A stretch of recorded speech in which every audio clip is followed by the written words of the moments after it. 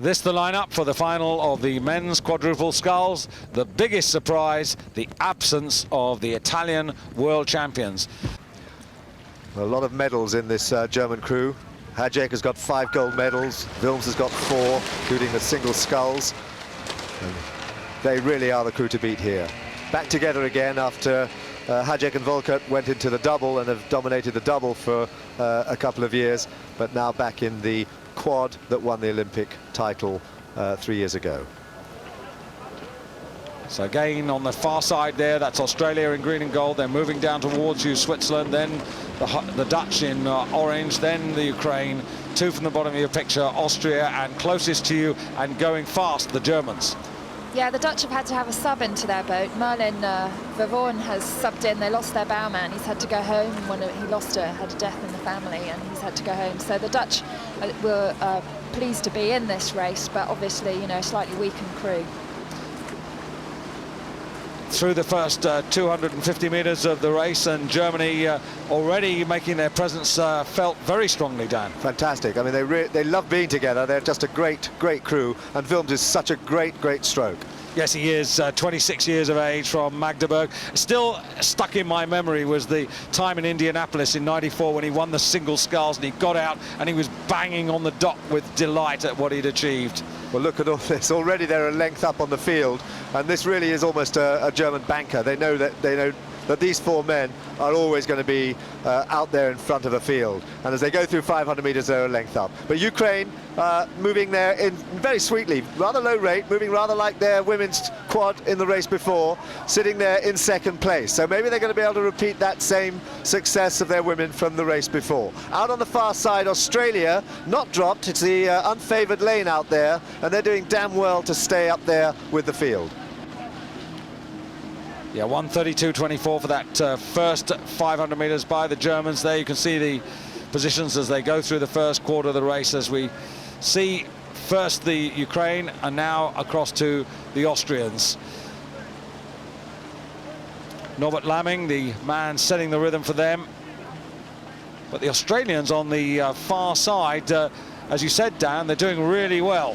Yeah, look, I mean, these 3 crews here fighting it out for 2nd position behind Germany. They really have a battle on their hands. Australia doing fantastically well, 750 meters there.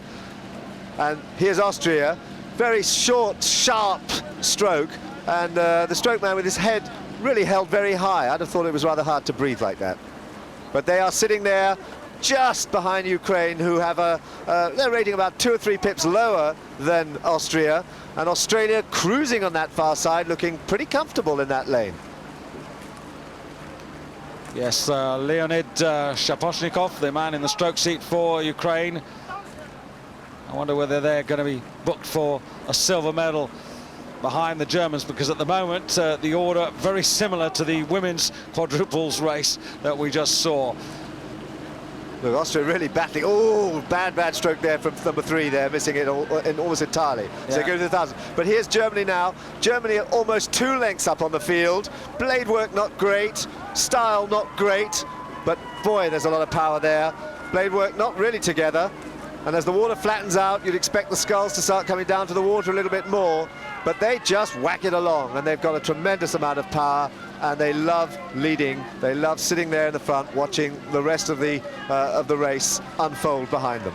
Yes, and they're still the fastest boat on the water, 1:36.58 for this particular quarter to the half distance there. And Dan, as we go into the second half of the race, just mentioned the other Olympic qualifiers.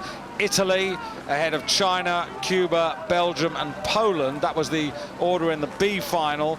So those crews, together with the 6 in this race, all have got chances for Sydney. I'm very impressed with that Ukraine crew. They're very steady, they really scull very nicely. It's rather traditional kind of sculling that they're doing there, letting the rope run between the strokes. Australia, knowing they've got to fight hard there out on lane 1 and doing it damn well. They're moving very fast, very effectively. All of them looking across there. That's losing them a bit of pace between the strokes, but they know they're trying to get on terms with Ukraine. But Ukraine underrating them a little bit there. No one's going to touch this fantastically strong German crew. They could get their blades down a little bit. They could actually look a little bit better together, but it's the power in the middle of the stroke that really counts for them. And as they move into the last 500 meters, they've got nearly nearly 3 lengths on Ukraine, and what a huge amount on the rest of the field. But Ukraine, 3/4 of a length ahead of Australia. Australia trying to keep Austria behind them. Yes, Netherlands trying to move up a little bit at the moment to get on terms with the Austrians, and that's getting close. Switzerland at the moment, I'm afraid, languishing at the back of the field, but the Germans, Andre Wilm, Stefan Volkert, Marco Geisler and Andreas Hajek, well, they are absolutely and totally in command.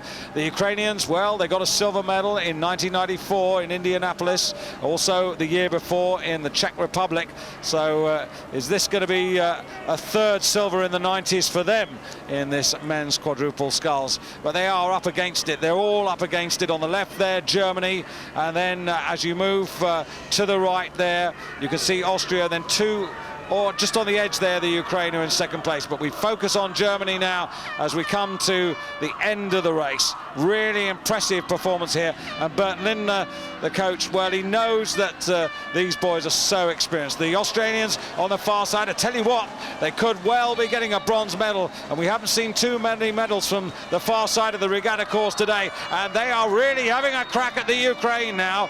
It's not that much the difference between the two crews. Andre Wilm's just keeping an eye on the Aussies out to his right-hand side, but he's got no worries. The Aussies, on the other hand, are giving enormous worries to the Ukraine as they come towards the line. It's Germany who get the gold. Look at this for a finish there, and the Ukraine just getting it there ahead of Australia.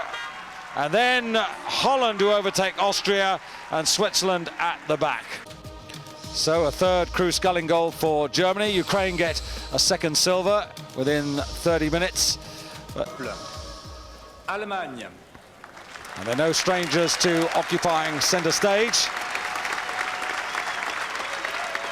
Although, having said that, the man in the two seats, Marco Geisler, by my reckoning, this will be his first senior gold medal. There he is, receiving that medal from Mike Sweeney. So